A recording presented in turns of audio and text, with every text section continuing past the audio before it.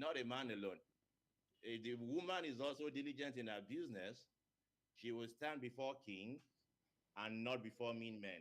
And I take some mischievous examples from the Shunammite woman in Second Kings chapter 4. I mean, Elijah and Elisha were very notorious people around that period and in that region. They were causing trouble everywhere, only troubles. So you will think that if Elisha comes to you, if Papa Adeboye comes to me today and says, "Shall I speak before you to the president?" I will jump at it because I know he has the clout, he has the influence, he has everything. I will jump at it and say, "Yeah, yeah, please talk about me to the president or talk about me to the commander in chief." Elisha offered this woman that because you take care of me when I pass through here, you and your husband, you really take care of us. Shall I talk about you to the king? The woman gave an answer that I don't understand. I believe the pastors will understand and maybe explain better. The woman said, "I live with my people." But I don't understand the answer very well. But obviously, she was not so much taking up the opportunity to go to have Prophet Elisha, go talk about her before the king. Apparently, she's already standing before the king anyway, because the Bible recorded that she was wealthy. So it's not just about a man; it's also about a woman. This interpretation of the verses my own mischievous interpretation. So please, that is King Gadu's version of the Bible. So it's just me mischievously interpreting that if the prophet with that much clout said he wanted to go and speak about her to the king, and she wasn't really taking up the offer, it must imply that standing before king is not a very new thing to her. So seest thou a man, seest thou a woman, diligent in his or her business, he will stand before kings and not before mean men, right? And if you will be diligent in your business, you must be ready to count the cost. And I think that speaks to the theme of our gathering today, counting the cost. I will try to share my slide. So maybe when I share the slides now, possibly you don't see much of my face. Maybe you still see my face. Is there more reason why someone should be tracking me? If I'm dozing off, someone shout hallelujah to wake me up. So let me go ahead and share the slides. One moment, please.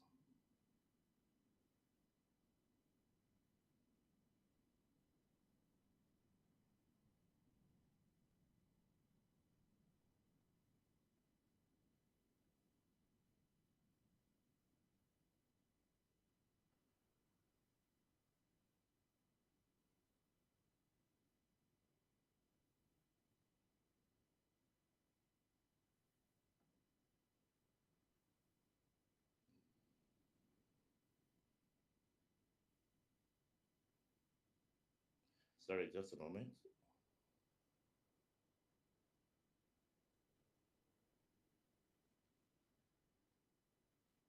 Looks like I will not be able to share the entire screen, but let me try to see if I can share just the tab or the window.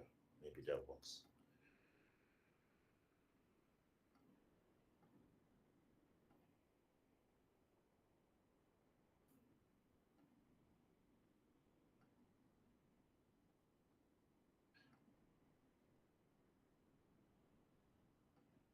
Do people see my screen? Yes, we can see it. Okay. I want to do something. Please tell me if you still see it. Do you still see the slides? Yeah, we can see it. Okay, thank you so much. So now I can't see the audience anymore. I don't know if you see me, but please, We will show you the audience soon. We'll give you the audience now. no, no, no, no. Just what I need is intermittently someone shout hallelujah to keep me awake. Okay. Okay. Okay. Yeah. So, okay. Yeah, I think I now also I see the audience again, but I will concentrate more on the slides and I hope to keep awake. So I've been told to speak about projects management software, project controls, and different project methodologies, and then closing the project. These are the areas I've been told to speak about. Like I said, these are loads of a lot of jargons here, but we will bring it home, hopefully. So here I'm asking the question: what is a project in the first place?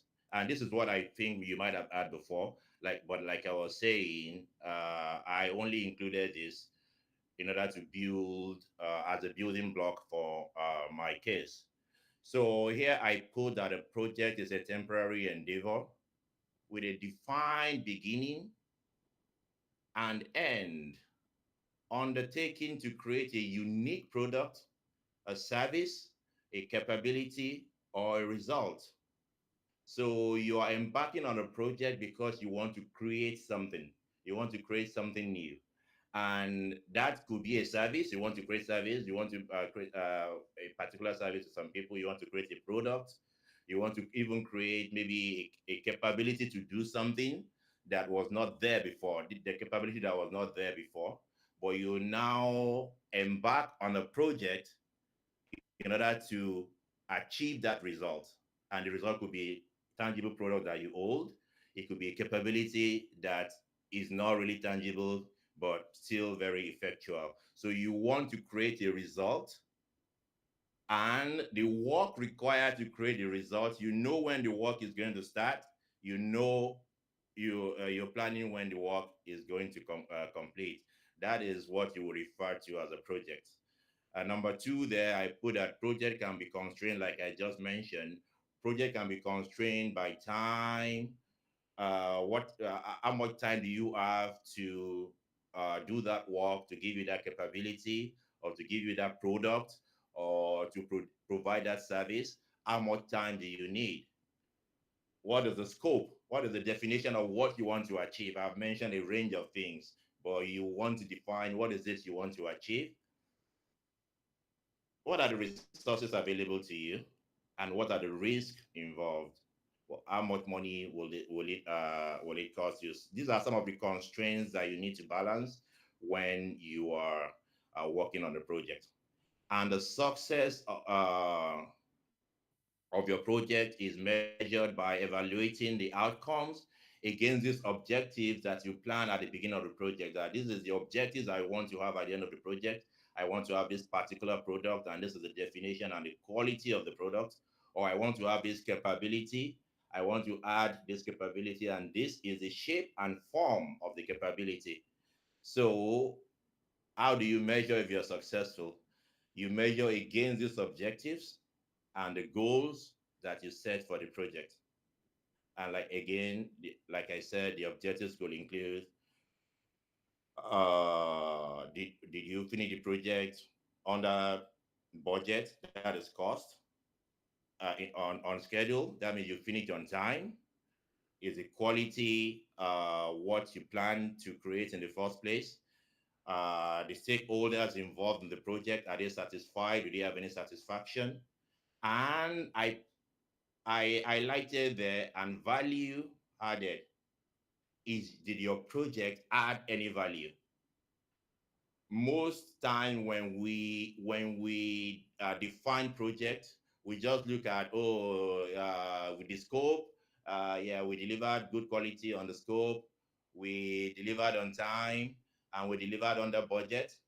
But you could have all of this, and the project is still not successful because it didn't have the value that it intended to have. And I will talk about that in a bit, uh, in a couple of slides ahead. One more thing that I wanted to say is, if at any point I will leave room for questions at the end, but that doesn't stop people from raising a hand and letting me know if I need to explain something better, or if I need to answer a question. Please feel free to stop me and let me answer such a question. If I'm unable to answer it, we will throw it to Pastor, and Pastor will help us to answer it. Is a very great project manager himself. So here I try to compare projects and operations. So, like I mentioned, project has a time that it starts and a time that it concludes. Operation is ongoing. Operation is not temporary. Projects are temporary. Operations are ongoing. Things you do day in, day out. I mean, maybe we run a bakery. Oh, tomorrow we have to go again and get the flours, get the ingredients, mix it, bake it, sell it. Day after tomorrow we are back doing the same thing. Maybe try to enhance. I mean, make it a bit more efficient. Make it a bit more effective, but still within the capacity of our bakery. So we come going on and on and on. Next week we are back. We are mixing. We are baking. We are selling, and then the next week we are back again. Ongoing operations. So, but project is temporary. It has a particular beginning and end. And like I said before, projects create unique products or services or results. Operations are business as usual. We continue our business, but we have some good managers. If you have some good operations managers, they still try to make the operations a bit more effective. They try to move things around a little to have some continuous improvement. But all the improvement they can achieve will be within the capacity of that operations. Like I use the bakery example. If I'm running a bakery, if the bakery is just big enough to put out 500 loaves of bread in a day, maybe I can't do more than that 500. Maybe if I try, I do 520 or whatever. So, but it's still within the capacity of that bakery. I can try some improvement, I can try some effectiveness, but there's only just so much that I can do. That is operations ongoing, but project try to create some specific results and goals, and project is temporary. It has some start and when the project concludes, when you have achieved the results of that project. So in an operations, we may continue to have multiple projects, and we will come to that later. So we spoke about project, but now what is project management? So project we define, but then, so what is project management? And project management, I said, is the application of knowledge, skills, tools, and techniques. So we spoke about project. There has to be a way to manage it to make sure you achieve those results that you wanted to achieve. So you want to put some of your knowledge, some skills, some tools, some techniques to those project activities to make sure that you achieve the desired results. And there could be so many processes in project management, including initiating the project itself, planning how the project is going to be executed, and then executing the project really, and then monitoring and controlling to make sure, like Pastor said at the beginning, to make sure that you're still working according to your plan. It takes a lot of monitoring and controlling the project, and then closing. I put those ones, I highlighted those ones because those are actually the areas I'm supposed to be talking about. All these are just kind of, I believe, will be a repetition of what Broshaga will have covered earlier in the earlier session. So takeaway from here is there is project and there are skills and knowledge and tools to manage projects. Now, when we spoke about definition of a project, I had it in red here. If I go some slides back, I said value added. It's not just about, oh, yes, we finish under budget, we finish under we finish on time and we deliver the product, or also it has to be a product that actually adds value. And that is where I come to a friend of mine here talking about values and satisfaction. I have a friend here that I call Mr. Akos. Mr. Akos wanted to wanted to uh, wanted to build a cyber cafe. Now, for people my age and older, we know what a cyber cafe is. I don't know if our younger generations know what a cyber cafe is anymore. But for the younger generations that do not know, all the internet and the WhatsApp and the Facebook and the Instagram that you do on your phone today, there was a time that we would go to a shop, like the barber shop. Then you have computers, and that is where we go to connect to the internet to send emails to watch YouTube or whatever. Not the These apps were not even as many at the period, but you will go to some internet shop, someone that has computers like we are showing on the screen, and then you go to check your even common emails at times, sending messages. You have to go to a shop to do that. So I have Mr. Akos here, my friend, who wanted to build a cyber cafe. So he has, I mean, engaged the consultants, everyone that help him get the internet, buy the computers. He knows the cost. I mean, maybe he got a project manager to implement the cyber cafe for him. He got the building, or he got a space already. He got a building and everything. So he wanted to build this cyber cafe, and they counted. They looked at the project. They looked at the forecast for the project, and they see that, oh yeah, we will deliver this cyber cafe for you uh, on time when you need it. We will deliver it for you under budget. We will deliver it for you uh, also to specifications like you want it. But maybe while they started building it, phones started changing from cell phones to smartphones. So even though if this team builds the cyber cafe for Mr. Akos and they build it according to his specification and they build it under budget and they build it on time, maybe by the time this cyber cafe was ready, people don't need cyber cafe anymore. So the project cannot be said to be totally successful, because even the project manager will not be proud later to refer to that project that I was the one that did that project, a project that nobody uses anymore, a project that nobody that delivers no value to Mr. Akos or to anybody. So is the reason I said, beyond just the cost, delivering on the budget, beyond just the schedule, delivering on time, beyond just delivering to specification, you have to see that the project also adds value.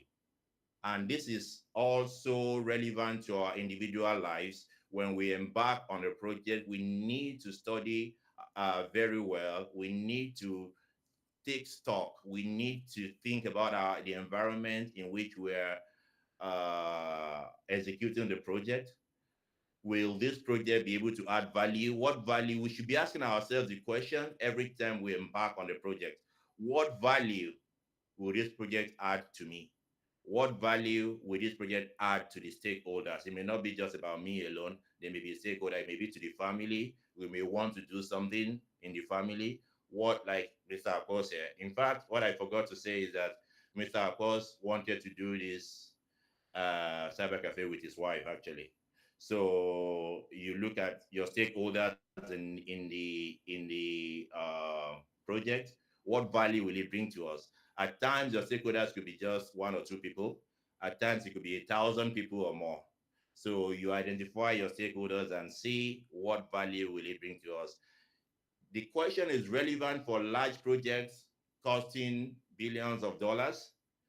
The question is relevant for a small project costing 2,000 naira. If you have a project you want to embark on, try to look at, try to consider what value does this project deliver. Please, again, feel free to stop me at any time. So it's just, same thing I've said before with with smartphones now in people's hands. Will Mr. Akpo Cyber Cafe or Akpo Cyber Cafe will it still deliver value? Uh, the answer No. the answer is no. Thank you. Thank you for that response. The answer will be no. Although they may execute the project with the same budget that he thought about, execute it on time, deliver a very good cyber cafe for him. But definitely, this lady doesn't look like she wants to go to cyber cafe. In my diagram here, she's actually even backing the cyber cafe. She doesn't. She's not even looking at the cyber cafe. She's backing it. So apparently, Mr. Akpos is not delivering any value to the young lady here. So that is just by way of what I was not told to speak about. Now let me start speaking to what I was told to talk about. So I was told to talk about project management software.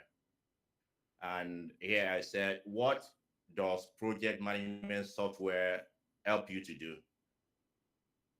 You can use it to track the task. If you have a project, there may be many tasks in that project, big or small project, there may be many tasks in there. So you may have some tools that help you track the task, who you assign the task to, how you assign the task. It may help you track your resources, your scheduling, your timing. That okay, how do I space the project? So there are so many software platforms nowadays that are developed to be able to help you schedule the time on your project, schedule how you assign the task, and collaboration with people. There are so many names out there of project management software tools. There's Microsoft Project, so many of them. But what do they do essentially? They help you to manage your project and manage things like your task, your budget, your time, your schedule, to just make sure that it still falls in line with your project plan. The software could be diverse. There are many companies selling them. Just like, maybe think of it also like maybe in Nigeria, mobile services, you have the Glow, you have the MTN, you have likewise for software that do projects, you have so many companies selling so many. So it depends on the kind of project you are running. Some are well suited for one type of project than the other, or some companies prefer to use one than the other, based maybe on the size of their company, maybe on the culture of their company. So you have a lot to choose from. Um, and you just want to make sure that you are choosing the software tool, project management software that fits your own situation. And we'll come to that in a bit. So I mentioned here again, all I've said previously, that project management software can be presented in a variety of sophisticated platforms. They come with so many shiny names, different platforms, different software platforms, different tools. Some you can even use on your phone. Some you need to put on a server and collaborate with tens or 20 or hundreds of collaborators. But my second bullet point says, after all, whatever we have said, it is just a tool. Project management software, in whatever platform, in whatever sophistication they are presented to you, the project management software is just a tool after all. And my third bullet point says, oftentimes a tool may just be as good as a user. You may have all the best tools in the world. If you don't master the skills, if you don't commit yourself to the skills and the techniques and the discipline of managing the project, your tool is just as good as you. So it doesn't matter that you have the best tools, you have all the best software platforms. What does it do? They are just tools in your hand. It aids you. So my next slide is going to tell you whatever tool you have, use your own tool. Use your tool effectively, and you can manage your project with your tools. So right here, this that I mean, you can manage your project with this as well. I have there, a wristwatch. I have there it's a calculator, my notepad, and my pen, and what have you, a calendar. With that, these are tools as well. Just as those sophisticated software are tools that the big companies may want to deploy and use, in your own small project, this could be enough tool for you. Your note and your notepad and your paper, keeping track, your calendar, your watch, your calculator, maybe even your mobile phone already has a calculator. So maybe you even have more than enough tool in this place. We can even remove some of them because your smartphone most maybe even have the basic calculator that you need. I put a picture there. Again, this is me being mischievous. I just try to mimic Cocoa House in Ibadan. Is what picture I'm trying to put there. And what am I trying to convey to you? That someone built Cocoa House, he didn't even have all of these tools. At the time Awolowo was premier, there was no smartphone. They had possibly had the dial phone at the time. So, and with not enough tools, as I have displayed on the screen, someone, a premier, the Awolowos and the Akintolas built Cocoa House. So, what are you building with smartphone today with the tool that you have? What will you be able to build? If Awolowo built Cocoa House without the tool he had was not even up to the ones I have on the screen. He didn't have smartphone when he built Cocoa House. There was no smartphone then. I only put Cocoa House there, but there was also NTA, but and all the stuff. So I'm just trying to say that it's not until you have all the most sophisticated tools in the world, the tools you have now, you can plan an effective project and execute an effective project with even the little that you have, the little tools that you have. They are, I mean, effective tools all the same. Is the reason I said in the previous slide that at times even the tool is limited by the person. The tool is as good as the person using it. If you are a great person with these tools, you will achieve a lot. If you are a mean person with all this software and everything, you will achieve little. So project management software at the end of the day is a tool in your hands, and it depends on you how you use the tool. It doesn't have to be all sophisticated. If you work in some big organization and what have you, they may have all the big tools. But for your small project that I just want to do this, I want to do that, oh, this is more than enough. Is the reason I refer you. I made a reference to some Awolowo's or maybe in some other regions. I mean, what people did without even the complement of all of the tools I have on the table here. Okay. Now back to our Mr. Akos. So it turns out that Mr. Akos now has a new plan. He has some new plans. So it turns out that Mr. Akos also now has a restaurant. And like I said with the bakery, restaurant is operations. Oh, we come today, we prepare meal, people come to eat, they eat and go. Tomorrow we do the same. Day after tomorrow, good thing about Mr. Of course is that he has a television in his small restaurant. So people will come and watch, eat the meal and then go away. But it looks like my friend Mr. Of course is very restless. He's thinking of more capabilities. Remember, like some 20 years ago, he wanted to build a cyber cafe. Now he has a restaurant. It's a very small restaurant, but he's thinking of new capabilities for the restaurant. So, like I said, the day-to-day running of the restaurant. Oh, maybe we have a generator. We need to go and buy diesel to make sure that there is light. The TV is on, fan is working. Our guests at the restaurants are comfortable. That is operations. But he's thinking of new capabilities the for the restaurant. Now that is project. He wants to enhance the capability of the restaurant. And what does he want to do? He wants to upgrade the seat. from 20 to 50 seats. He wants to put a bigger screen as well. So because if I have, maybe he was thinking if I had 50 seats, I need a bigger screen for people, maybe to come and watch football matches and whatever you when they eat, it will attract more people. And let's say, okay, he thinks the cost is going to be 100,000 naira, and he thinks, or from the plan, not that he thinks, from the plan, the project is supposed to complete in 10 months. In fact, he wants to complete the project by December because there will be African Cup of Nations competitions, football competitions in Morocco in December. And he wants to make sure that he finishes before the competition starts. If his plan, the value is that part of this 100,000 naira, let's assume he's taking a loan of 50,000. Himself and the wife were able to raise another 50,000. So, but they took a loan of 50,000. He thinks if I'm paying the bank with the same,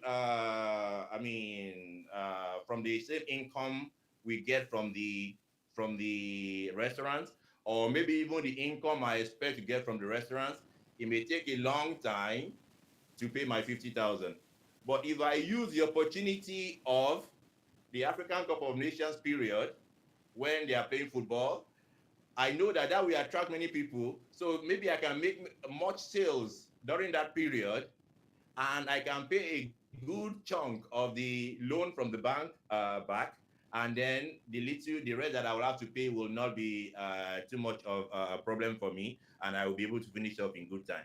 So the one big value here is that we need to deliver this upgrade to the restaurant. We need to deliver it by sometimes in December, early in December, enough to catch the Cup of Nations football competition that wants to happen. He thinks that will attract, so that 50 seats, maybe it's going to be filled up every evening. People will come and eat every evening because they want to also use the opportunity to watch football. So he has a project to enhance the capability of his restaurants. So now you see the difference between operations. Not that he doesn't have a restaurant before. He has a restaurant. He's running it day in, day out, but the restaurant is only able to seat 20 people. Now he wants to make it to seat 50 people. For him to go from seating 20 to seating 50 people, there has to be a project that gives him that new capability, that gives him that new enhancement to his restaurant. And that is the project he wants to embark upon, right? So let's assume that Mr. Akos project is underway, and he has kept working on it. And they knew, like we said before, I'll go back one slide, they knew that the cost was going to be 100,000 naira. Let's assume that you think, okay, in 10 months, it's not always the case, but just for the purpose of this conversation, let's assume that, yeah, they think maybe 10,000 naira for 10 months. Maybe averagely you're going to be spending like 10,000 naira every month for the next 10 months for us to complete the project. So they have all the plans laid out on what work needs to be done, or we need to also buy a bigger television screen. We need to do this and that for us to complete the project by December, right? So the project uh, continues, but you want to make sure that this is our plan, and that is just a simplified plan. Usually, I mean, the plan may be more, depending on the nature of your project. Your project could just be a 10,000 naira project. Here, I put 100,000. Your project may be 10,000 project. Your project may be a 5 billion naira project. So, depending on the size and the complexity of your project, your plan may be also a bit detailed or not as detailed, but you need to have a plan. You need to have a workable plan. You need to have a realistic plan as well. So the level of details now depends on the scope and the complexity of your project. So Mr. Ako starts working on, maybe there's a space next to the small restaurant that they think you can make an extension. So they start working on it. So you need to start observing regularly to check what are we doing. against what was the plan? Are there areas where things are not going according to plan? So he has to continually monitor, continually take stock of what was our plan. What are we actually now doing? Is what we are doing according to our vision when we started this project? Am I still online? I had a click. I'm not sure if. Yes, you are. Okay, cool. So In 15 minutes time, we will need to. This session will end. Please, so oh, that okay. we take, so that we can initiate another yeah. one. I should be ready in 15 minutes. Thank you. Okay, yeah. So we are looking at the project and seeing what did we plan? What are we executing? Is there a difference between what we have planned and what we're executing? And if there's a difference, what caused the difference?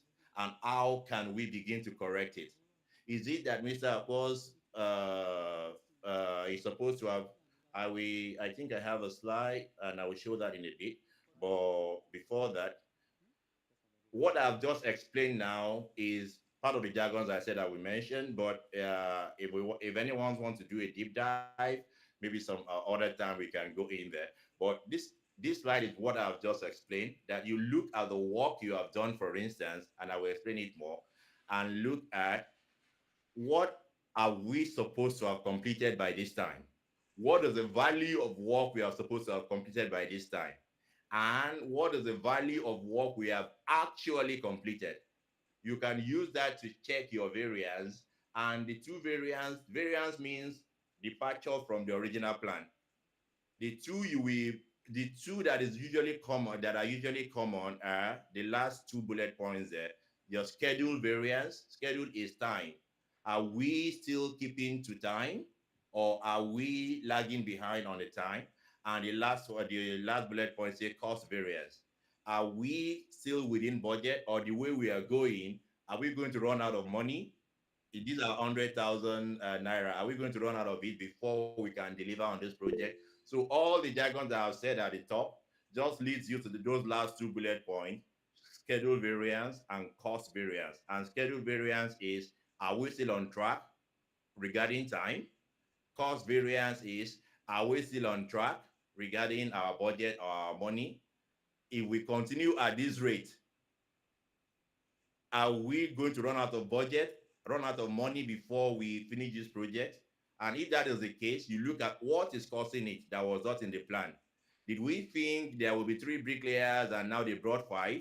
Do we need to reduce the number of bricklayers? Do we need to do this? Do we need to do that? You can now go and look at why your actual work is not conforming to your original plan, and check the root cause and try to correct the root cause. Sorry, sir. Just a minute, sir. Okay, sir. Sorry, it's like you didn't get me that time. Not that the first session, we are running the Google 40-minute session. So Okay. that will not seem like rushing you. This session will end in less than 14, 13 minutes time. Then we will initiate another session so that you will not be rushed. Okay. You can initiate another session and Yes, send yes. me the link as Yes, well. we'll do that. Yeah, we just want to prepare your mind. Okay. Thank you. Okay. So what I have said before is also what I've explained here. So am I spending, if Mr. Akos is looking at the project, maybe after like 4 months or 5 months, have I spent 50K on this project? And in the original plan, when we were saying, okay, number of cement, 50,000 times maybe whatever, number of, sand that we need, or maybe the project manager that planned for him told him this is the amount, number of cement bags you need, number of this, number of that, and they put a cost into it, and labor for this, labor for that, and this and that. And if they look at what they have spent, we have spent 50,000 on something we thought we should have only spent 30,000. Then we need to sit down and say, how did we get here? What caused it? What is the root cause? Or we have gone 5 months into our project, and after 5 months, we evaluate the work that we said we wanted to do according to our plan. By 5 months, we should have reached so stage of this extension. And what we actually have done, what is on ground, is just work that is worth about 2 months. Then we know that if we continue this way, that football competition that we want to meet in December, we will not meet it. Maybe we'll go and meet it in 1 or 2 years from now, if already we are delayed. So we want to know, we are supposed to have done 5 months worth of work, but we have only done for 2 months. So Mr. Akos has to sit down with his project manager, or if he's the project manager himself, say, where have we gone wrong? What do we need to go and track? Are we spending money on what we should not be spending money on? Are we wasting time on what we should not be wasting time on? Can I look at the plan and look at the actual, the realities on ground that we have delivered, and know where there has been a departure from the plan? That, in essence, is all the big grammar about project control, and all the formulas and definition that I've put in this previous slide is all about project monitoring your project. And in the case of Mr. Akos, is the extension, the upgrade, the addition to his restaurant. In your case, it may be, your counter that you are using to sell the petty trade. I think I want to build a bigger counter. That is the project. Or, in fact, it could be planning for your wedding. If you're planning for a wedding and we say, okay, yourself and your fiance, this is the budget we have for this wedding, and these are the things, we are getting married in December, and these are the things we need to be doing now by March, by May, by July. These are the things we need to be doing, and this is the kind of money we need to be spending. That is a project. In fact, I have heard of someone that went for a project, a new, not so experienced person, candidate that went for a project management position. It was an entry level all the same, or maybe not so high level a position. And you were asking them, what is your project experience? Oh, yeah, I said, I planned my wedding myself, and this and this and this and this and how I planned. I was told that eventually he got the job based on just how he meticulously detailed how he planned the project, how his wedding project, how he managed the budget, got the venue, number of guests involved, catering and everything. He got the job on the basis of what he was able to do. So don't think project as, oh, it has to be in some big organization, it has to be in some oil companies, or it has to be in some banks. Yes, they run projects too, but in your own little way, in your own little corner, or in your own big way, you can also run projects and monitor and control the project. Monitoring is trying to see, what is the plan? What are we doing? Controlling is trying to see, okay, now if we are going according to plan, all well and good. But controlling is, we are not according to plan. Let's go and see what caused it, and how can we correct that action and bring the project back on track. That is all the jargons about project monitoring and controlling. So that is all the jargons I put here that I try to explain.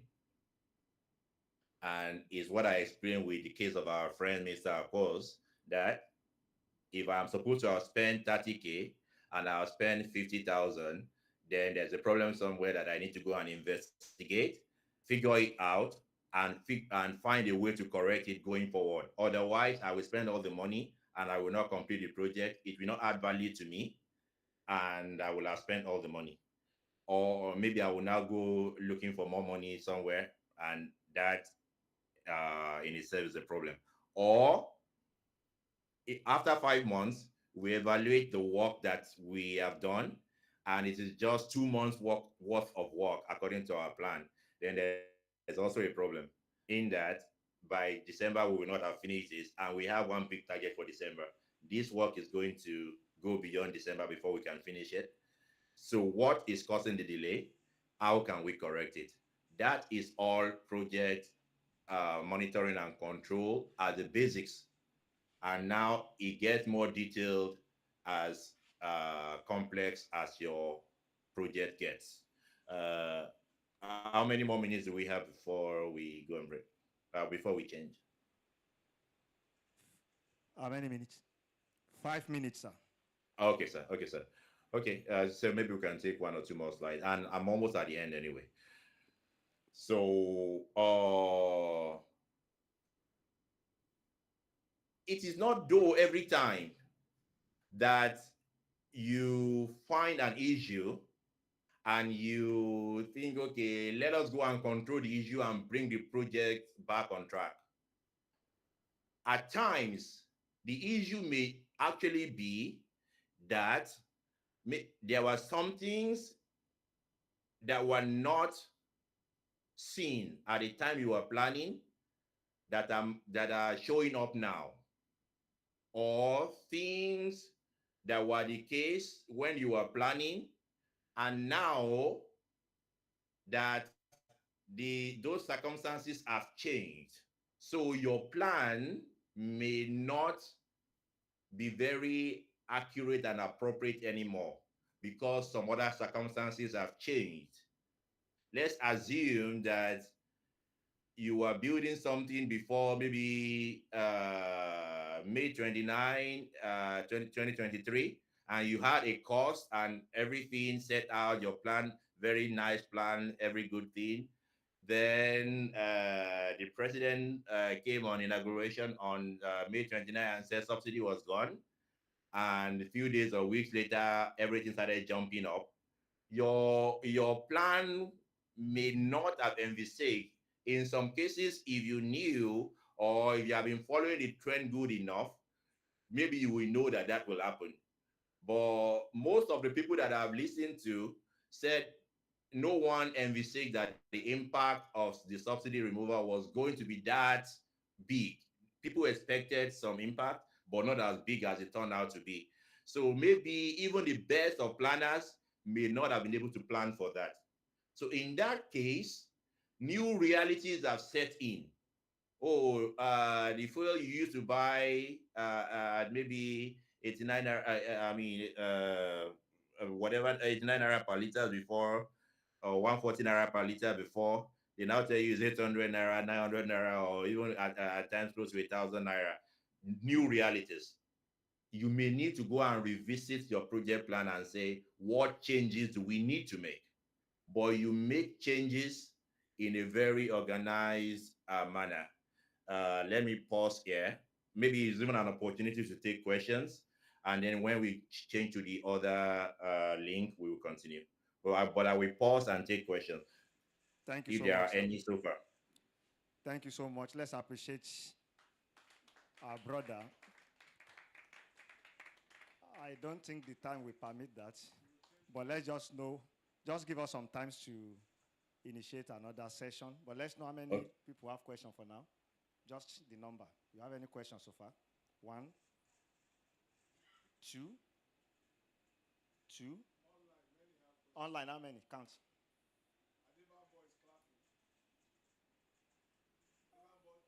Brother Shoga Adebambo is clapping for this session from his base. Many people have questions. I think we should take on the online people first in this session. Brashaga has no choice. He's my brother. He must cheer me on. Oh, my brother before. He had deserted me now anyway. Okay. So just give us a minute. Okay, sir. I will be standing by. God bless you. Thank you, sir. Yes, sir.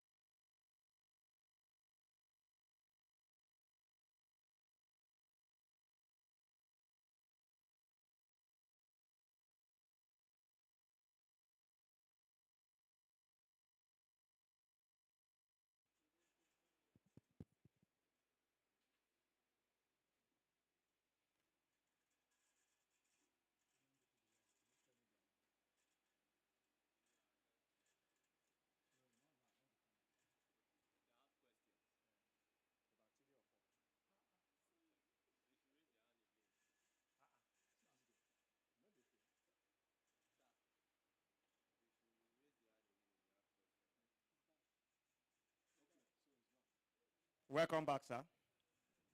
Thank you, sir. Do you people hear me? Yes, we can hear you. Okay, let me try to share the uh, slides again, and hopefully we can take it home now.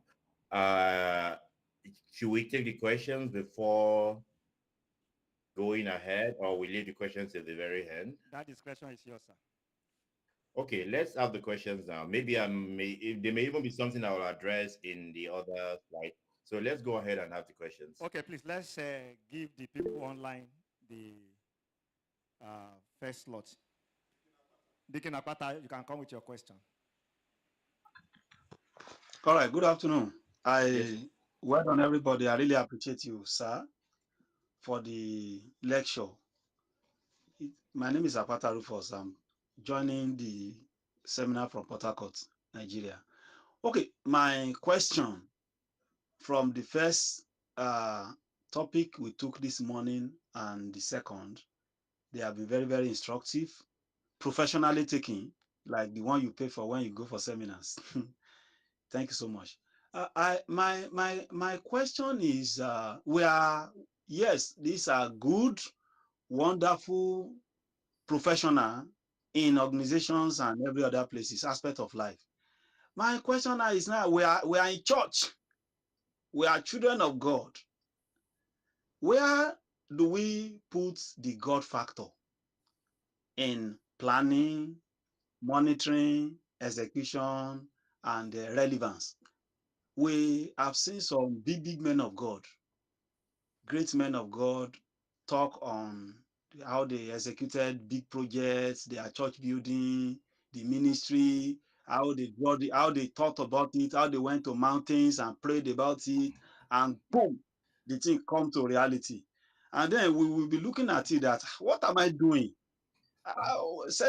We did not hear anything about committee. We did not hear anything about all these processes. And then you see auditorium with 50,000 capacity sitting. By the time they are talking, you will not hear all these things. They only tell you, I talked to God and I told God. And then today, this is so. I'm just asking, please, what is the God factor? What is the role that God takes in all this for us as Christians?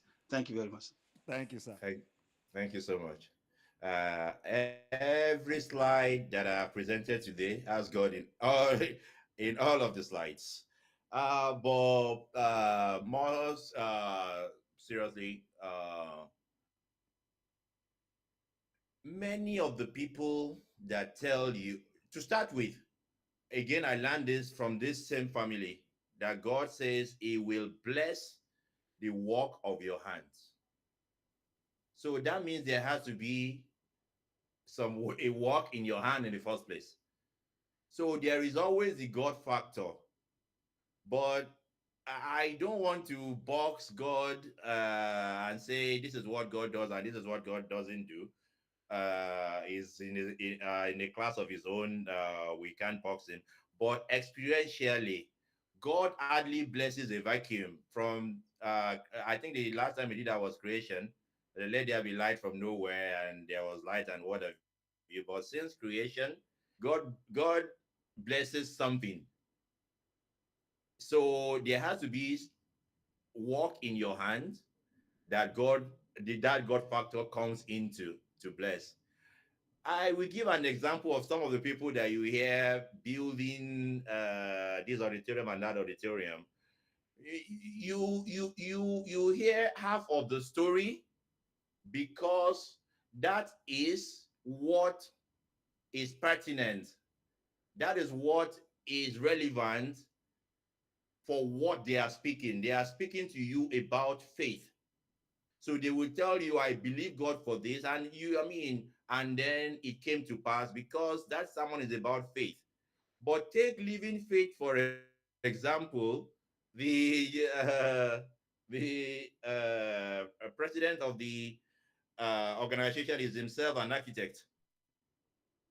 And if you go closer there and you see the level of meticulous planning and details they put, but he is not preaching planning, so he will not tell you about the planning. But if you go to some of his other seminars where they talk about planning, It will tell you the planning that has gone into making that happen.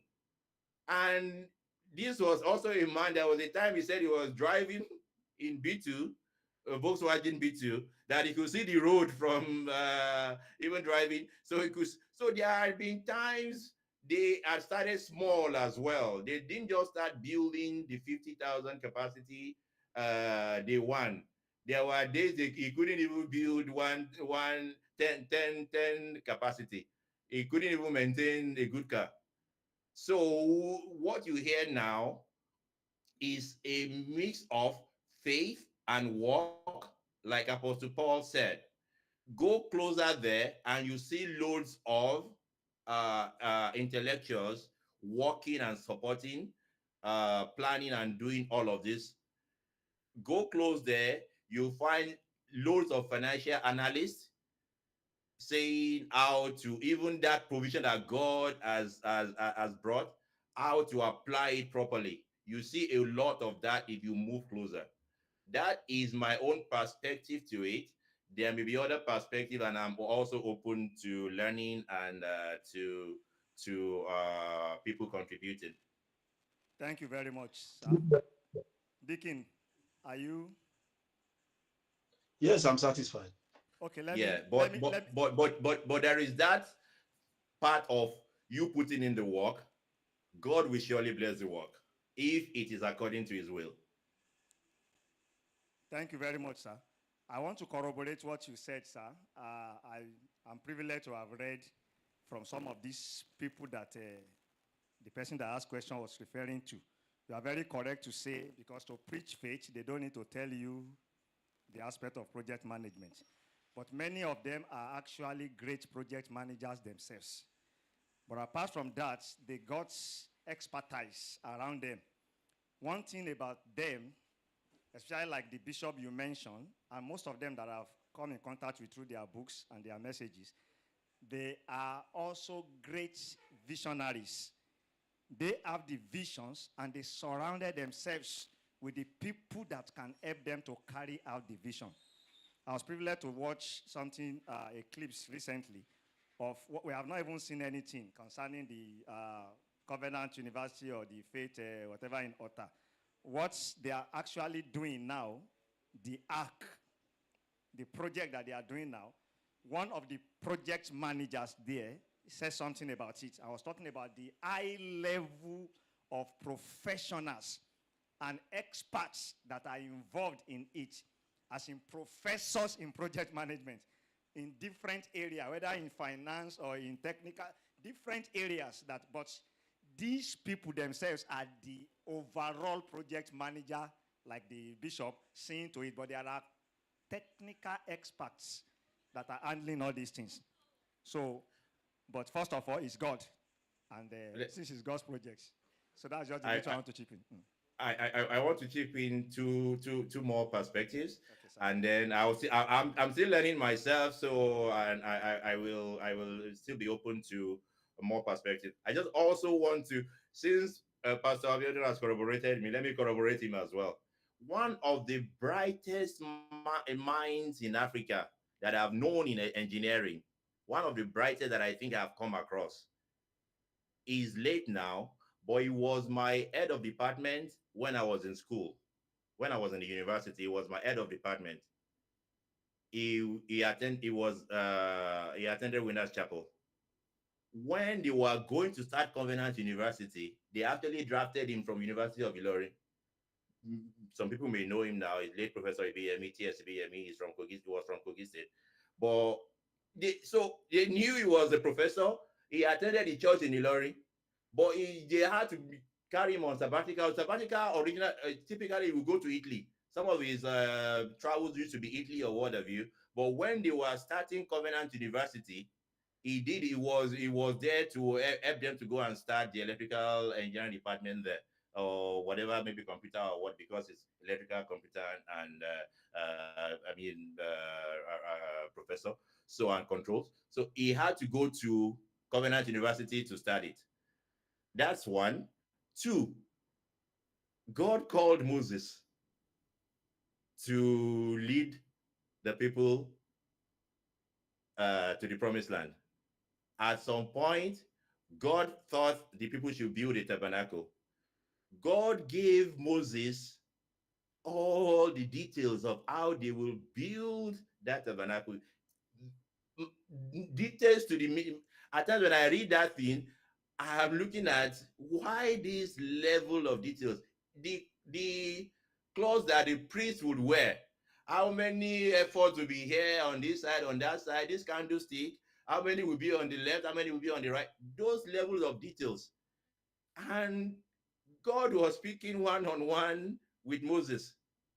But besides that, God still had to go and raise another person called Bezalel and equipped him with all the skills and techniques of project management and artwork and skill and a skilled craftsman.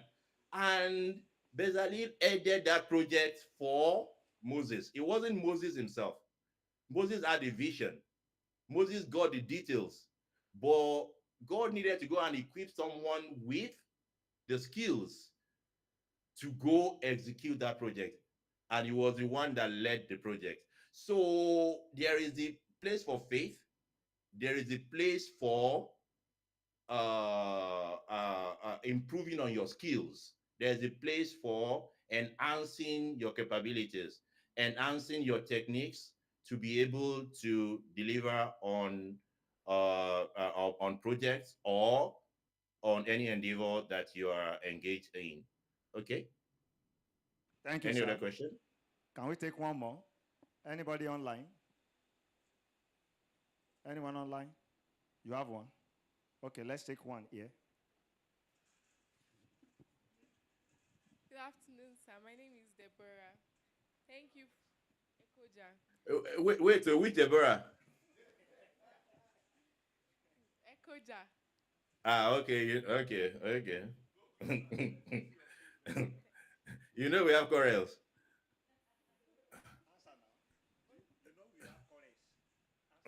Yes, sir. Okay, go ahead, please. When Uncle Sugar was teaching and when you two were teaching, you both mentioned stakeholders. So when he Mm-hmm. mentioned this, he said people that contributed to the business. But then when you mentioned it, you said it can either be 2 people or 1,000 people. So I'm confused on who exactly are stakeholders. Are they people that contribute to the business, or are they the customers of the business, or are they family or friends that you told about the business? I want to know clarification on who stakeholders are. And then I don't know if it's possible, but the extra value technique that you mentioned, that you said there were jargons and that you use a Mm-hmm. story to explain. I don't know if it's possible to, from that story and the jargons that you said, if it's possible to link each of them to the various parts of the Okay. story to further understand those, because it's important to understand the technicalities of project management itself. So if you can link the story to each of those points, so I will know exactly what those points were. Oh, sure. I will do that. So first one, there are the primary stakeholders, and then there are some stakeholders that are not the primary stakeholders.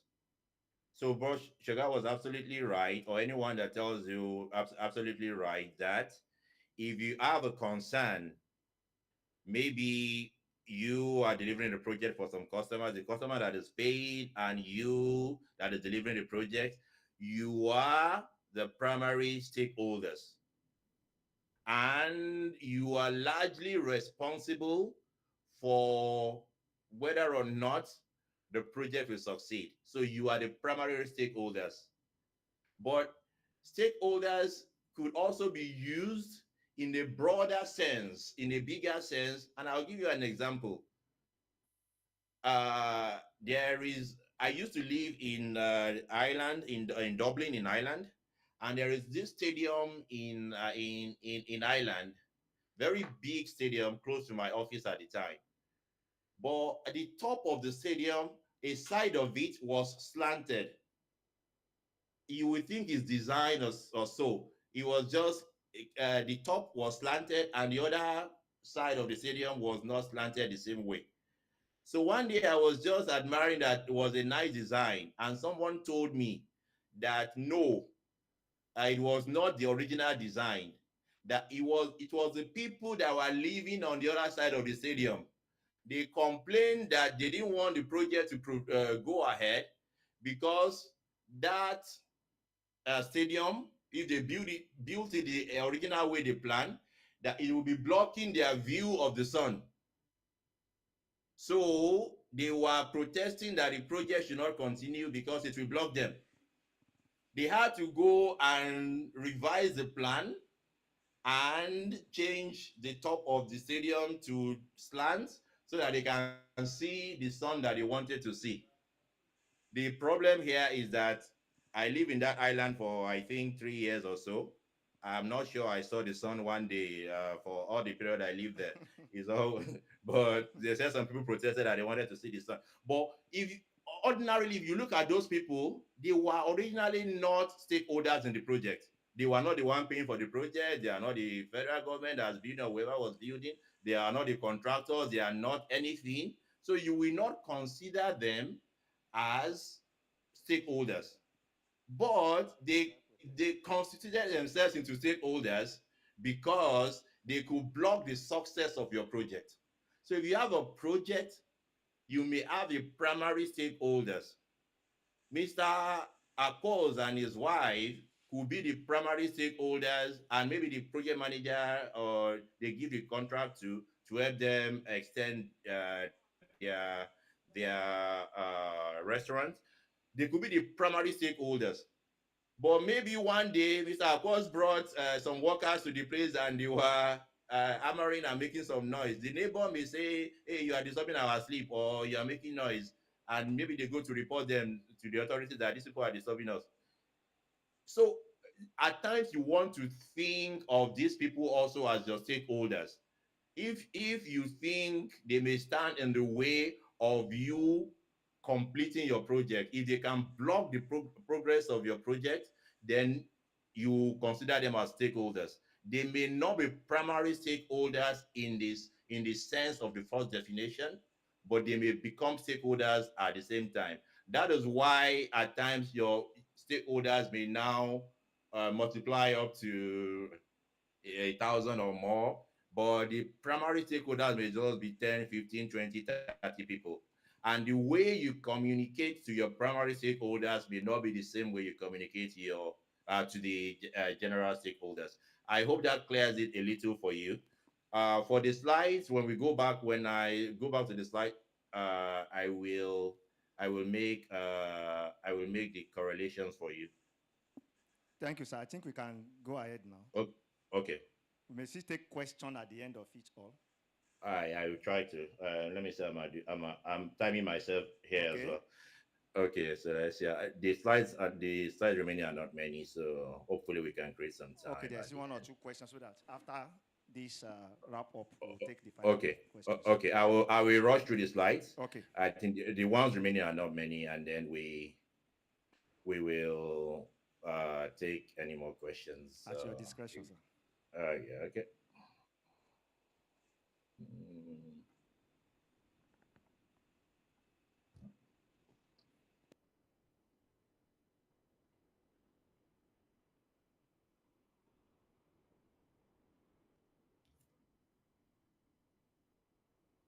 Okay, people see the slide, right? Yes, we can. Okay. Let me quickly speak to what Auntie Debbie was talking about. So these are jargons, but since you want to get a bit of it, so here we have the hand value EV that I put there.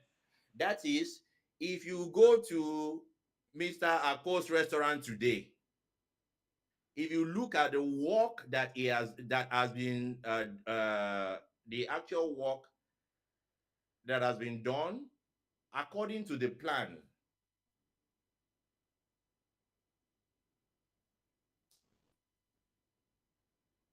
If I say I will spend 100,000 naira and I have spent, maybe I have spent 50,000.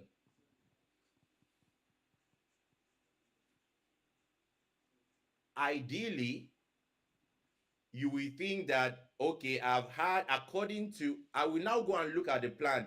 What did I say 50,000 would have been able to do for me? What did I say 50,000 would have been able to do for me? Or the work I have done, what should it have amounted to? So let me put numbers to it now so that it makes more sense. So if the work I have done is just real work, is just maybe 30,000, or maybe, yeah, 30,000. And when I go and look at what I said this work would cost when I do the planning, it was 20,000. So the last bullet point here, we compare the two and say my hand value, the real value I have earned according to my plan is 20,000. If I go and look at the plan, that what have I really had, this work that I have done, according to my plan, it should be worth 20,000. That is the EV in that last row. And value is 20,000. But the actual cost of the work on ground is 30,000. So my cost variance is the 20,000 that I already planned for the amount of work I have done, minus the 30,000 that I actually have spent. AC is actual cost. The 30,000 I already have spent, that means I am minus 10,000 already. That means my cost, I mean, I done the whole 10,000 already. That means if I continue this way, I will not have enough money to complete this project. Does that make some sense to you, Auntie Debbie? Yes, sir. If I look at the work that is on ground, check it against what I said it will cost in my plan. That is the value that I've actually earned according to my plan. But how much really have I spent? That is the actual cost I have spent. So if you go to Mr. Akwo's restaurant and the work they have done there, according to the plan of Mr. Akwo's original plan, this work is supposed to be worth 20,000. But the money Mr. Akwo has spent on this amount of work is 30,000. That is the actual cost. Then the cost variance will be that hand value, the value that he has actually hand according to his plan, minus the real money he has spent, which is 30,000. That means he's 10,000 behind already. That means his cost variance is 10,000. It's not likely that it will meet, if it will meet the budget if it continues that way. It is similar to the bullet point above it. That one is schedule variance. Variance. That is time. Same thing. The amount of work that was in the plan for what we have on ground, what is the value of it? Minus what is what we planned that at this time we will have done. So if yeah, we have finished the extension, but we have not painted it. But in our plan, by now we should have painted. But in real on the ground, we have not reached that level where we have painted, even though in our plan by this time we should have painted. So we look at the value that it should have been when we have painted. We subtract it from the value that now that we have not painted, we subtract it from the value that it should have been in our plan. And we see that maybe we are behind by a few weeks, a few months, and we know that we need to speed up. So is the real the value you have earned according to your plan and the real what is on ground. If you subtract one from the other, it tells you if your project is doing well, if you are within time, or if you are lagging a little. Or if it's also for cost, it will tell you if you are within budget or if you are lagging on your budget a little. I hope I have not been able to confuse you the more. No, sir. Okay, thank you. Thank you, sir. Okay, let's dash through the rest of the slide. Also being a little conscious of time. So we spoke about, and this is what we've been speaking about all day, project change management. We said, okay, at times things can change, and then you need to go back to the plan and change the plan. But you need to consult the primary stakeholders. The stakeholders, Broshaga was saying, they have to agree if some things have to change because maybe it has to do with money, it has to do with a lot of things. So the primary stakeholders. So usually on big projects, the one I mark in blue, there is a change control board that you don't just come one day and say, as it can be, I want change this thing.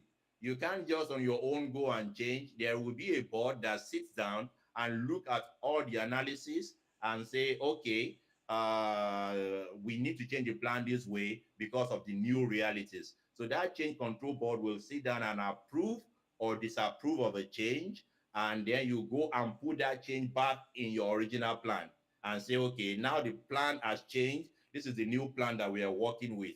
But it will take a change control board to look at it and say, okay, let's check all of our options. And then since we check all of our options, okay, we can afford to go and do this change and this change and that change in the original plan so that at least per time you have an up-to-date plan that you are working with. You don't just work out of plan. If there has to be a change, you go back to that your plan. That is why it is essential, even in your own small project, to keep records, write things down, keep your records so that you can go back to it. What does the record say? What am I doing? If there needs to be a change, then you go and apply that change in your record as well. So keep records of what you are doing, even if it's a notepad, like we said, if it is your phone or your laptop, have a plan. If the plan change, let your new plan reflect the changes. Make sure you are making the changes in an orderly manner, not just haphazardly going about and going out of control. That is what all these bullet points are saying. So on the next slide, I'm asking on our own on for our friends project, who will be the change control board. Here we have a big number of people on the board sitting and in the previous slide, sitting and deliberating on the changes and trying to make change to the project management plan.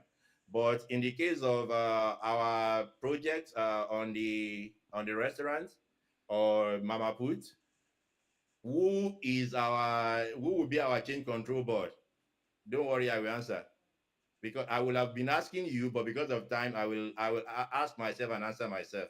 Okay, let's meet our change control board, Mr. and Mrs. Akos.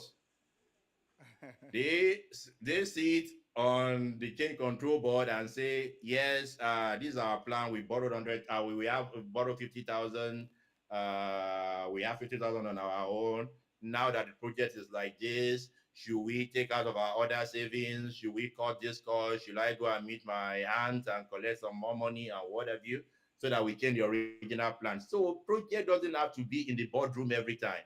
At time project is in your sitting room or your bedroom, you can decide. Just make sure you are orderly with it. In this case of their restaurant, two of them are the major stakeholders, and they need to sit and agree on the change to the plans.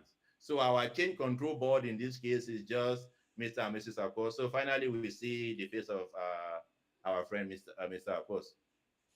So say for instance, when they do the extension, they thought a big TV will serve, but from the angle that people are sitting, they can't even see that TV inside. So there has to be a change. Maybe we get a second TV and put it in the extension outside. That is not our original plan. So we need to sit down and consider, Mr. and Mrs. Suppose needs to sit down and consider that there is a change to the original plan, but we will not just apply the changes anyhow. We have to sit down and consider how much money do we still have left? What is our budget? Is it even for us to go and buy a second TV? or I'm being warned that my time is almost up. Should we go and buy a second TV, or should we adjust the structure of the building so that these people in the extension can see the TV inside? These are deliberations that the change control board of Mr. and Mrs. Appos will deliberate upon and reach a conclusion. And if they need to go and change the original plan, it must be agreement of the two of them. Or if the change control board is 30 people, then there has to be an agreement, maybe consensus or majority decision to go to the original plan and change it, maybe change the financing, maybe change the time schedule or whatever. It has to be in a controlled manner. So change control board can be you and your partner, can be 10 people, can be 30 people, but it has to be in a controlled manner and you are not just running your project out of control. Project management methodologies, there are so many methods. Seeing the usefulness of project management, there have been so many methods proposed for handling projects, so many of them, and I listed a few here. When I send the slides across, people that have copies can go through the different, but I just want the most of the one that is common, the two or two and a half that I will speak to here is the first one, that is the waterfall, is the most common, and it's called waterfall because one process drops into the other one, which drops to the other one, then drops to the other one. You start maybe with initiation. Towards the end of finishing initiation, you start the planning. Towards the end of planning, you start execution, and then as execution is going on, you start monitoring and control. So that way, it looks like one is dropping to the other one like a waterfall. That is why they call it the waterfall method. There is the one you call agile, and one methodology under agile is the one that is called Scrum. I will speak to the Scrum alone, and there's a reason I want to speak to it. But if you want more details, I'm sure the leadership will make the slides available, and you can dive in. And this can just serve as your starting point. If you now are more interested, if you search Google for all of these methodologies, you are going to find them in Google. I left some details here as well that you may want to go through, but that is also taking many methodologies, but I want to dwell on just one, Agile and Scrum. Scrum, and the reason I would dwell on it for maybe like 2 minutes, it will be apparent in a minute.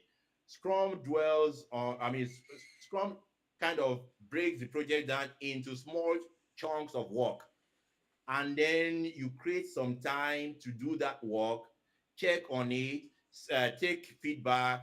If there's a need to do some rework, do something, perfect it, you move to the next chunk of work, you do that, you move to the next chunk of work. So you break the project down into small progressive pieces, and you create like a small time between maybe 2 weeks to 4 weeks, ideally 2 weeks in the project world. But in your own case, and why I say this, it may be more than 2 weeks, but you break the project down into some specific time and some small chunks. You do that chunk, you build on it by moving on to the next one. So that is an example of method of handling project. I just want to put it out there, and the reason we will say in a minute.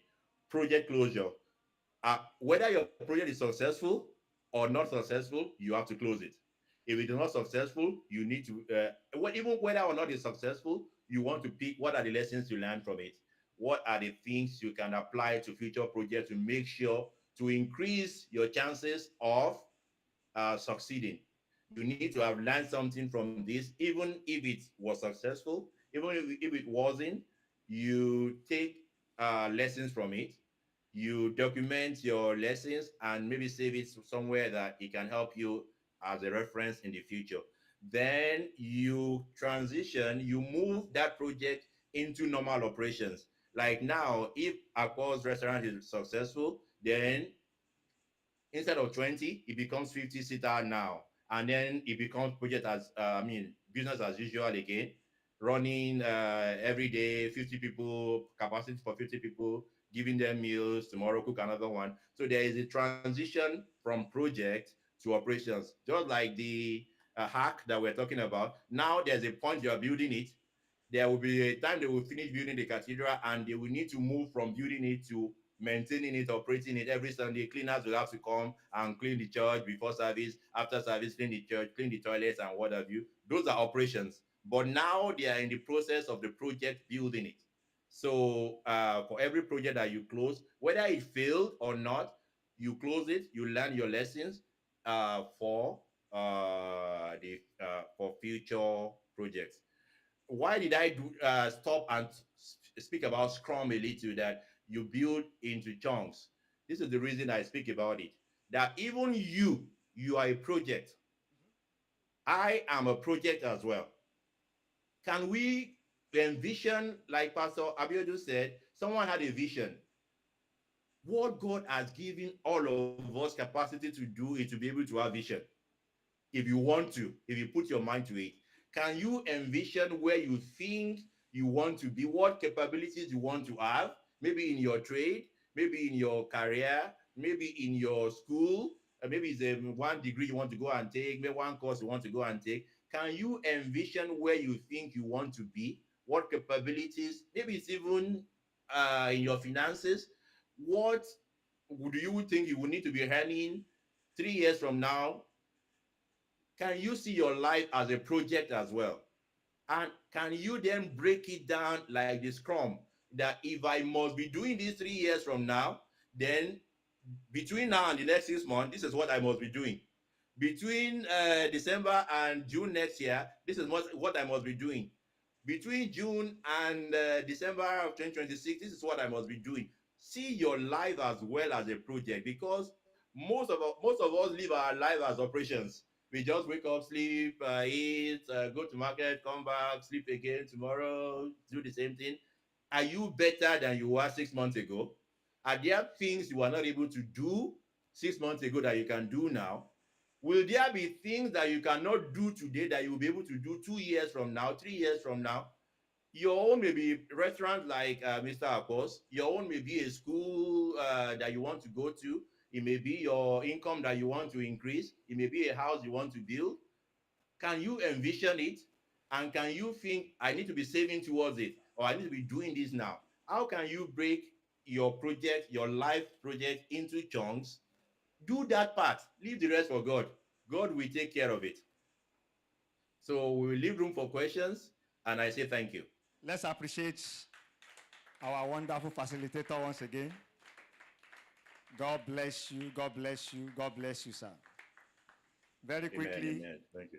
round of question, 1, 2. Anyone online, let me give mommy the first slot. Um, Thank you so much, Brother Yemi. It's good Yes, to hear ma'am. from you in this capacity. In fact, the last statement you made is the most powerful summary for me today, seeing ourselves as project. So my question.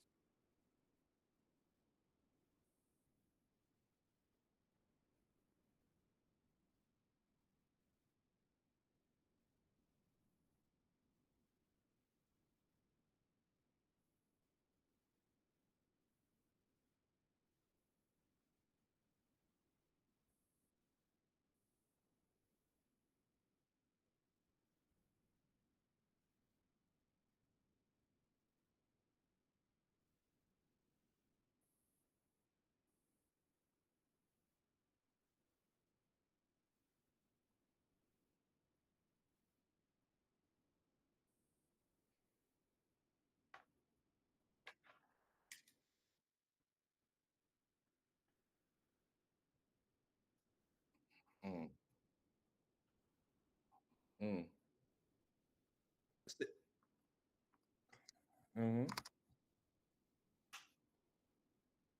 Mm, yeah. Mm,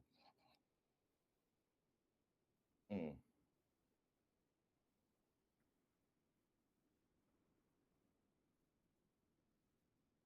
mm.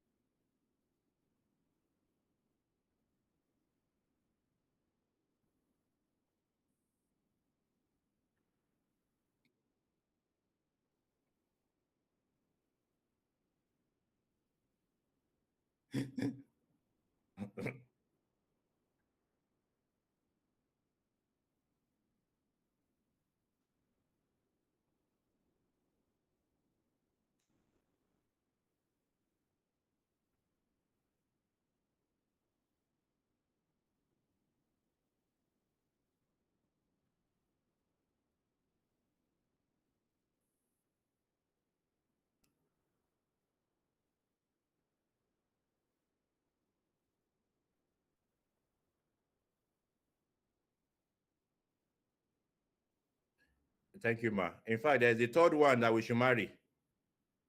And this is a verse that I first heard from one very great man of God called Pastor Emmanuel Ekoja. And it's Proverbs 12:27, which says, a slothful man. When I heard that thing, even me, I shocked. I called, look, I didn't know it was in the Bible.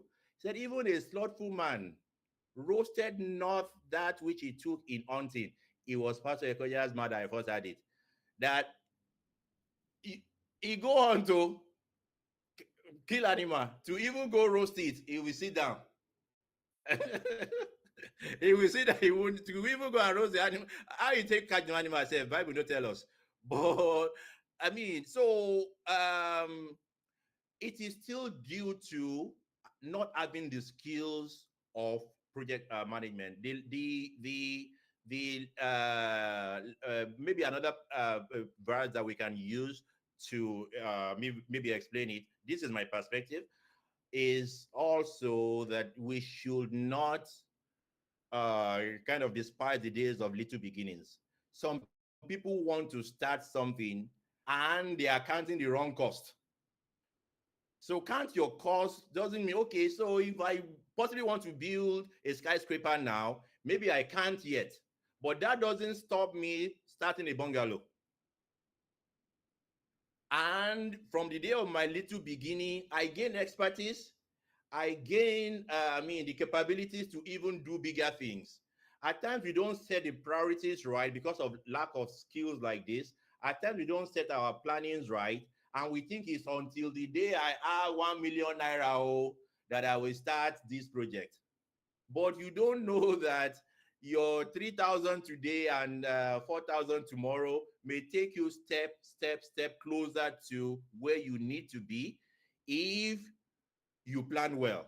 But if you wait and watch you win till I will have that 1 million, you may not at the end of the day. So don't despise the days of little beginning. Plan well with what you have now. And it's the reason I said, even in my slides, you don't need all the big, if you have a calculator and something, you can start a project. Likewise, if you have 3,000 naira, 30,000 naira, you possibly may start a project that will eventually be a $1 million project. But can you reason it out from beginning to the end? Can you plan it through? That may be the challenge.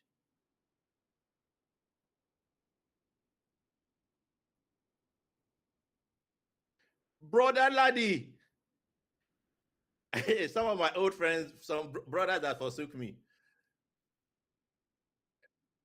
I am not happy with you.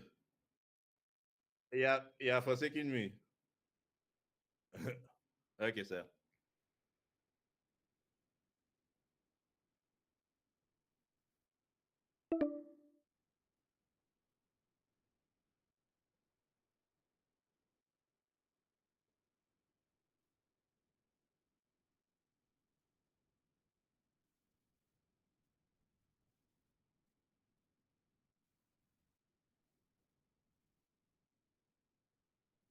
Mm,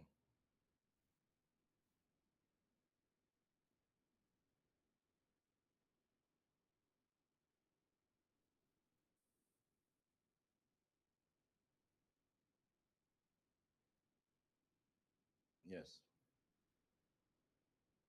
Yes.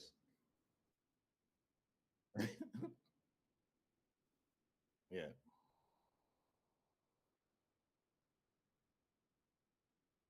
Okay. Okay. Okay. And you said a question was simple. Okay. Okay. I think it still ties to the same thing Mommy was saying. It ties to about the same thing. And it is what and my response to mommy maybe, and that is the can you think things through and and define your project pretty well? Can you define the scope? So what you have described is what you call scope creep. Some things come into the scope that was not there originally, and you allowed it into the scope without having a good change management process. So this was not our original scope. But these people came and said, it go nice, make you had this one, no, you had them. Another person come and say, but if you had this one, you go nice, oh, you had them. So you are adding things in an uncontrolled manner. So those projects you spoke about, yes, that coverage was not part of it before. The community said and say, community came and said, maybe we need to add this coverage. You included it. You included that one and included that one. Small, your scope is increasing and you don't know it, and you are not taking this new addition in a controlled manner, checking your cost, checking the time to finish the project. So if that should be happening, it should be going through a control mechanism, a control what we call a control board in our case here, but it has to go through a controlled process that looks at what are we adding. Did we define the scope of the project perfectly? I mean, sufficiently at the beginning. And if this is coming in, is it part of our original scope? If it is not, should we add it or should we reject it? If we must add it, what is the controlled manner in which we can add it so that we check the impact on our cost, we check the impact on the time to finish the project?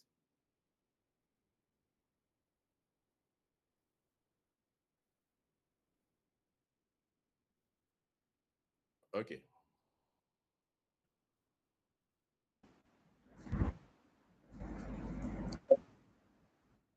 Thank you, sir. Good evening, everybody. Good evening. Okay, so my question is, when mommy asked her question, I just remembered when we learned goal setting. So I would want to ask, because now it's glaring to me that goal setting and project management is kind of interrelated. So I want our trainer to maybe relate it well for me, because this is my opinion. If you are not well at setting goals, you will not be able to manage your projects rightly. No, So it is not your opinion, it's a fact.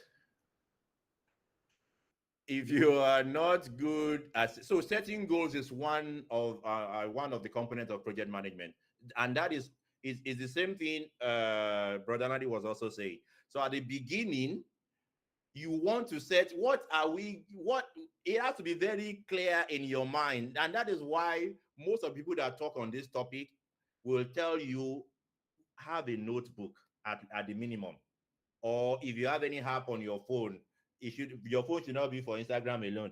There may be an app on the phone that helps you to at least take records. It has to be clear in your mind what is the goal. That is why in football they have a goal post, so that we all know that this is where we are going.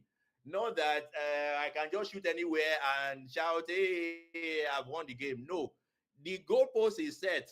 It is the same size from the beginning of the match to the end of the match, so we know that this is our goal. Same way in project, there is goal setting. We know that what is the capability that we want to be able to have.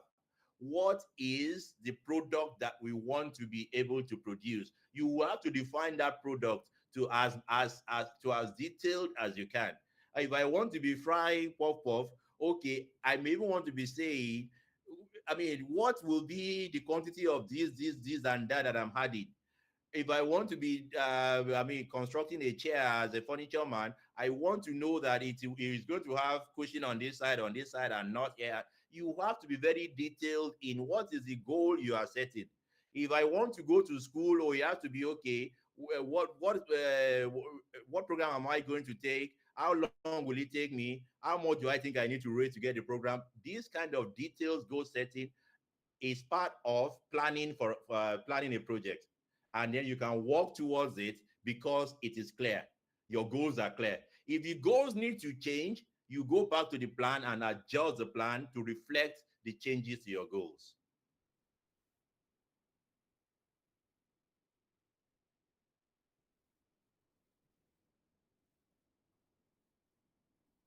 No, she was right the first Yes, time. sir. You were right the first time, Sister Mary. Goal setting is a very big component of project management, and goal setting forms is a big chunk of project planning.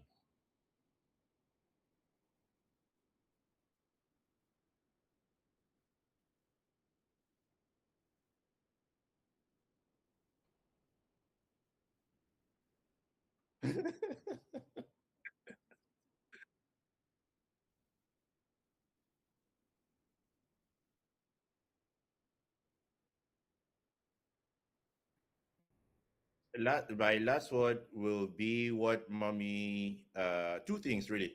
One will be what mommy pointed out, that if you have taken nothing out of these conversations or the two sessions, take away that even you are a project. You should not just be running operations alone, sleep, wake up, eat, go to work or school or market, come back, and think of what project can I embark upon that adds value to me, that gives me more capability to do things I'm not able to do before, that allows me to sell maybe my market or trade more than what can I not do now that if I embark on a project 6 months from now, 1 year from now, I will be able to do it. That is one parting word. Number two is I am happy to still be a part of this family, and I encourage everyone to keep tapping into the grace that is in the family. I can confirm to you that it's been working and it will keep working. Mm.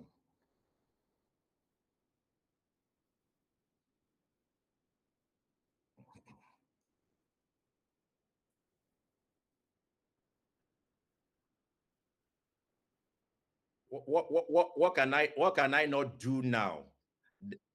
Yeah, what can I not do now that if I embark on a project 1 year from now I should be able. I tell people that I mentor even in the office, if your resume, if your CV remains the same after a year, you should sit down and think two times about it. There must be something you are not able to, there are some capabilities you did not have 1 year ago that you have now. So set yourself that target that 1 year from now, what can I not do now? What capabilities don't I have now that I want to develop 1 year from now?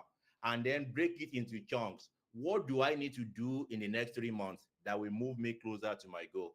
What do I need to do the following 3 months? Break it down, make it something you can really action and work on. And I think you will get there.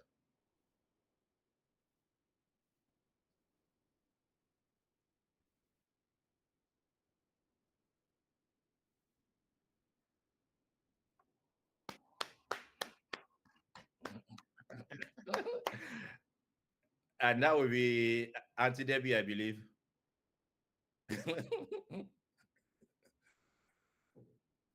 Hallelujah. I'm not sure. Yeah.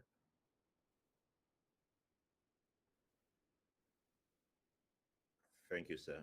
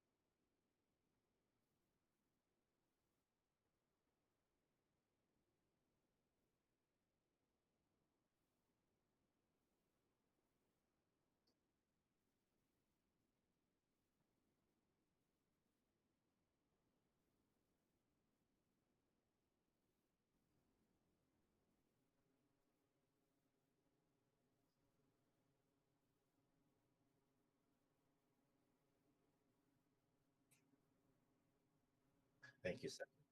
Thank you, sir. Thank you, sir. Amen. Amen. Amen. Amen. Amen.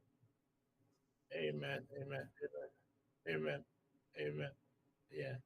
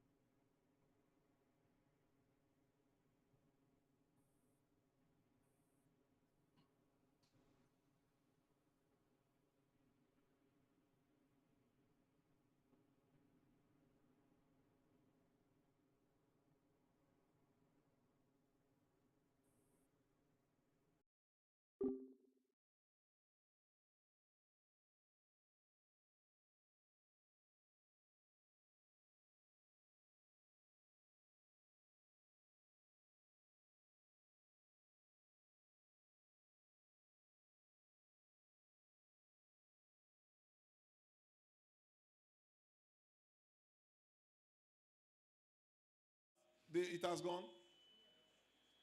Sure.